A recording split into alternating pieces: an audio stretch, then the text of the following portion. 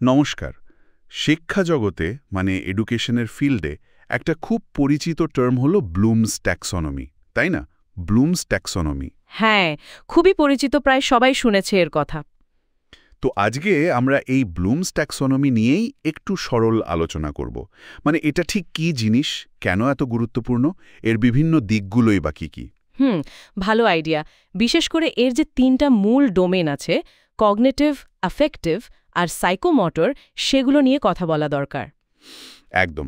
তাহলে শুরু করা যাক। সবথেকে বেশি যেটা নিয়ে আলোচনা হয় সেই কগনিটিভ ডোমেন বা জ্ঞানীয় ক্ষেত্রটা দিয়ে। হ্যাঁ, ওটাই তো ক্লাসিক। এটা তো মূলত আমাদের ব্রেন মানে বুদ্ধির দক্ষতা, চিন্তাভাবনা এসব নিয়ে, তাই না? মানে ১৯৫৬ সালের যে অরিজিনাল ফ্রেমওয়ার্কটা ছিল সেখানে তো নাউন বা বিশেষ্য পদ ব্যবহার করা হয়েছিল। নলেজ, কম্প্রিহেনশন এইগুলো। ঠিক, knowledge, comprehension, application, analysis, synthesis আর ইভ্যালুয়েশন। কিন্তু পরে মানে ২০০১ সালে যখন এটা রিভাইজ করা হলো, হ্যাঁ, ওই রিভিশনটা, ওই সংশোধিত সংস্করণে কিন্তু একটা বড় পরিবর্তন আনা হলো। তখন বিশেষ্য পদের বদলে মানে নাউনের জায়গায় ভার্ব বা ক্রিয়াপদ ব্যবহার করা শুরু হলো। আরও অ্যাক্টিভ। ও আচ্ছা, যেমন ধরুন remembering, understanding, applying, analysing, evaluating, আর একদম উপরে মানে সিনথেসিসের জায়গায় এলো ক্রিয়েটিং মানে সৃষ্টি করা। এটাকে একদম টপে রাখা হলো। হ্যাঁ, এই পরিবর্তনটা কিন্তু শুধু শব্দের বদল নয়, এটা আসলে শেখার যে একটা প্রক্রিয়া, সেটাকে একটা অ্যাক্টিভ মানে একটা সক্রিয় কাজ হিসেবে দেখানোর চেষ্টা। এটা বোঝায় যে শেখাটা একটা চলমান ব্যাপার। ইন্টারেস্টিং। আর এই যে একদম ওপরে ক্রিয়েটিং বা সৃষ্টি করা, আর তার ঠিক নিচে ইভ্যালুয়েটিং আর অ্যানালাইজিং, এগুলোকেই তো আমরা হায়ার অর্ডার থিঙ্কিং স্কিলস বলি, মানে হটস। ঠিক ধরেছেন, হায়ার অর্ডার থিঙ্কিং স্কিলস বা উচ্চ স্তরের চিন্তাভাবনা, মানে মুখস্থ করার বাইরে গিয়ে গভীরভাবে বোঝা, বিশ্লেষণ করা, বিচার করা আর নতুন কিছু তৈরি করা। আর এখনকার যুগে তো এই স্কিলগুলো খুবই দরকারি, মানে একবিংশ শতাব্দীতে। অবশ্যই। শুধু ইনফরমেশন মনে রাখলে তো চলবে না, সেটা ব্যবহার করে সমস্যা সমাধান করতে পারা, নতুন আইডিয়া জেনারেট করতে পারা, এগুলোই আসল। এই HOTS তাই খুবই গুরুত্বপূর্ণ। আচ্ছা, এই রিভাইজ ট্যাক্সোনমিতে তো আরও একটা জিনিস যোগ করা হয়েছিল, তাই না? নলেজ ডাইমেনশন বা জ্ঞানের মাত্রা। হ্যাঁ, ঠিক, নলেজ ডাইমেনশন। এটা আসলে নির্দিষ্ট করে যে শিক্ষার্থীরা কী ধরনের জ্ঞান অর্জন করছে। কী ধরনের জ্ঞান মানে একটু বুঝিয়ে বলবেন? ধরুন, এর 4টে ভাগ আছে। একটা হলো ফ্যাকচুয়াল জ্ঞান, মানে একদম বেসিক তথ্য, টার্মিনোলজি, যেমন বাংলাদেশের রাজধানী ঢাকা, এটা ফ্যাকচুয়াল নলেজ। আচ্ছা। তারপর আছে কনসেপচুয়াল জ্ঞান, মানে বিভিন্ন ধারণা বা কনসেপ্টের মধ্যে সম্পর্ক বোঝা, কোনো তত্ত্ব বা মডেল বোঝা, যেমন গণতন্ত্র জিনিসটা কি, তার মূল নীতিগুলো কি, এটা কনসেপচুয়াল। তে হয় তার ধাপগুলো জানা, যেমন একটা সায়েন্টিফিক এক্সপেরিমেন্ট কিভাবে করতে হয় সেই স্টেপগুলো জানা।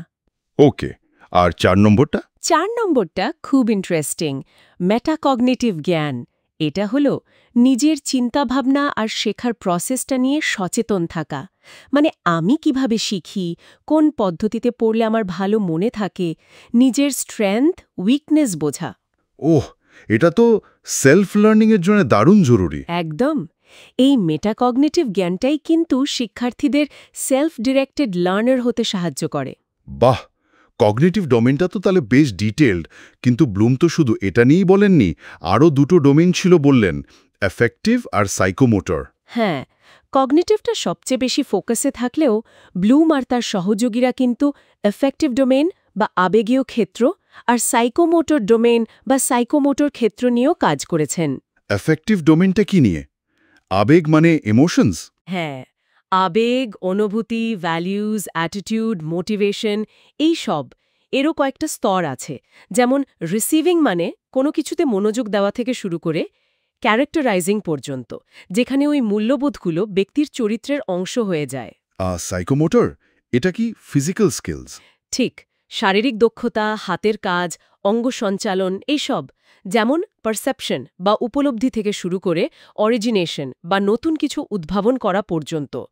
এই 2টো ডোমেনও কিন্তু শিক্ষার সামগ্রিক বিকাশের জন্য দরকারি। তার মানে ব্লুমের ট্যাক্সোনমি শুধু জ্ঞান নয়, আমাদের অনুভূতি আর শারীরিক দক্ষতাকেও গুরুত্ব দেয়। বেশ কম্প্রিহেন্সিভ, কিন্তু এটা নিয়ে কি কোনো সমালোচনাও আছে, মানে কোনো লিমিটেশন? হ্যাঁ, কিছু সমালোচনা অবশ্যই আছে। একটা কমন সমালোচনা হলো এর যে পিরামিড স্ট্রাকচারটা, হ্যাঁ হ্যাঁ, ওই যে একটার উপর একটা স্তর।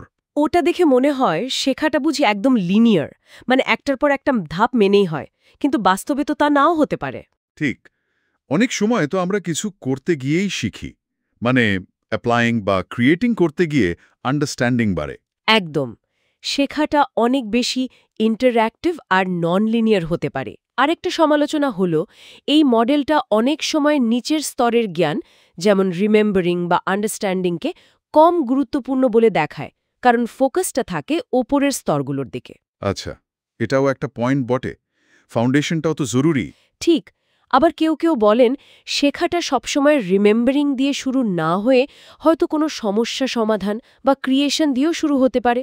তাহলে সব মিলিয়ে আমরা বলতে পারি যে ব্লুমের ট্যাক্সোনমি একটা খুবই পাওয়ারফুল টুল, একটা কাঠামো যা টিচারদের লার্নিং অবজেক্টিভ ঠিক করতে, পড়াতে, অ্যাসেসমেন্ট করতে সাহায্য করে। এটা কগনিটিভ, অ্যাফেক্টিভ, সাইকোমোটর তিনটে দিকই কভার করে।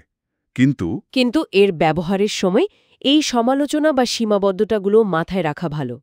এটাকে একটা রিজিড হাইরার্কি বা কঠোর স্তরবিন্যাস হিসেবে না দেখে একটা গাইডলাইন হিসেবে ব্যবহার করা যেতে পারে। ঠিক। মানে এখানেই হয়তো আমাদের শ্রোতাদের জন্য একটা চিন্তার খোরাক রেখে যাওয়া যায়। এই যে সমালোচনাগুলো নিয়ে কথা বললাম, যেমন শেখার নন লিনিয়ার প্রকৃতি, এগুলোকে কনসিডার করে শিক্ষকরা কিভাবে এই ট্যাক্সোনমিকে আরও ফ্লেক্সিবলভাবে ব্যবহার করতে পারেন? মানে কিভাবে তারা এটাকে কাজে লাগিয়ে ছাত্রছাত্রীদের মধ্যে সত্যিকারের গভীর আর সমন্বিত শেখাটা নিশ্চিত করতে পারেন, যেটা শুধু পরীক্ষায় নম্বর পাওয়ার জন্য নয়, বরং জীবনের জন্য কাজে লাগবে। একদম, কিভাবে এই কাঠামো ব্যবহার করে আরও অর্থপূর্ণ আর বাস্তবমুখী শিক্ষার দিকে যাওয়া যায়, এটা একটা বড় প্রশ্ন।